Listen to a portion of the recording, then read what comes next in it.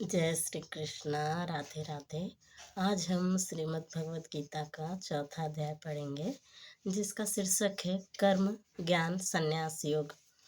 संजय ने कहा कि हे राजन, भगवान श्री कृष्ण ने अर्जुन से कहा कि हे कौन्तेय, ज्ञान का जो उपदेश मैंने तुझे दिया है, उसी ज्ञान का उपदेश मैंने सूर्य को भी दिया था।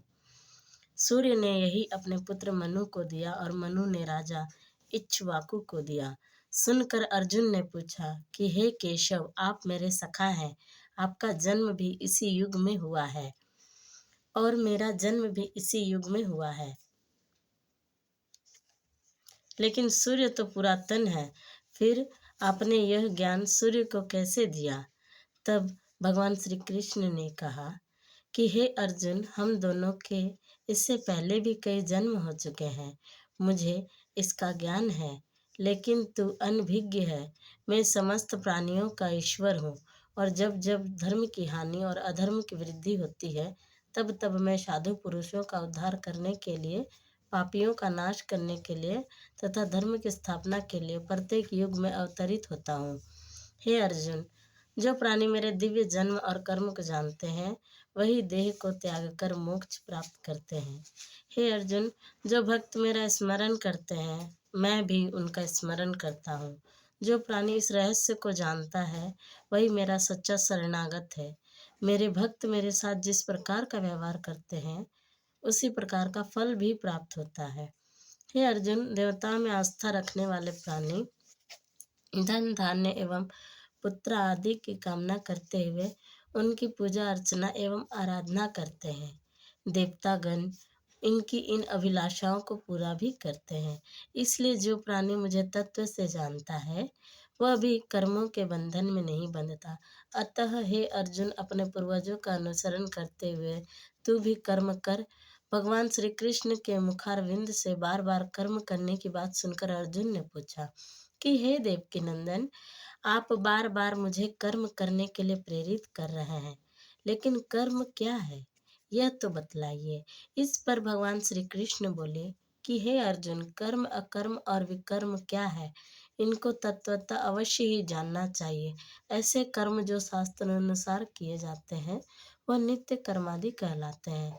जो प्राणी अज्ञानतावश दुष्कृत्य कर बैठता है, उसे विकर्म कहते हैं। प्राणी आलस्य के वशीभूत होकर कर्म नहीं करता, उसे अकर्म कहते हैं। जो प्राणी अहंकार की भावना तिरस्कृत करके कर्म के भाव को नहीं देखता, अज्ञानी के कर्मों पर भी ध्यान नहीं देता, वह पुरुष सत्कर्मी कहलाता है।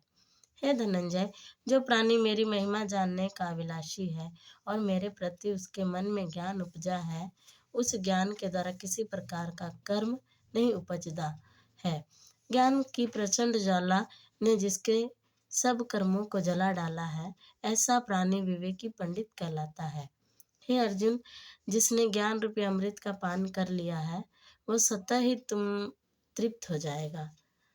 ऐसा प्राणी किसी भी कर्म के बंधन में नहीं बनता। जिस प्राणी ने मन तथा इंद्रियों को अपने वश में करके उन पर विजय पा ली है, वह महाज्ञानी है। उससे हर प्राणी में मेरे ही दर्शन होते हैं। हे धनंजय, अब अन्य प्रकार के योगों को भी सुन। पहला योग वह है जिसके द्वारा प्राणी अपनी आँख, कान आदि इंद्रियों पर संयम रखते हैं। दूसरा योग मौन धारण कर लेना। जो प्राणी अपनी सभी इंद्रियों को वश में करके प्राण को 10वें द्वार में रोकते हैं, वह तीसरा योग है। मेरे साथ जुड़े रहकर और मेरी महिमा का बखान करना भी एक योग है।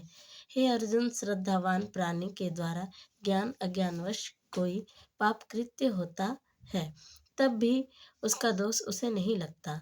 उसके सभी पाप समूह भस्म हो जाते हैं। हे पार्थ, सृष्टि में ज्ञान के समान पवित्र करता अन्य कुछ भी नहीं है।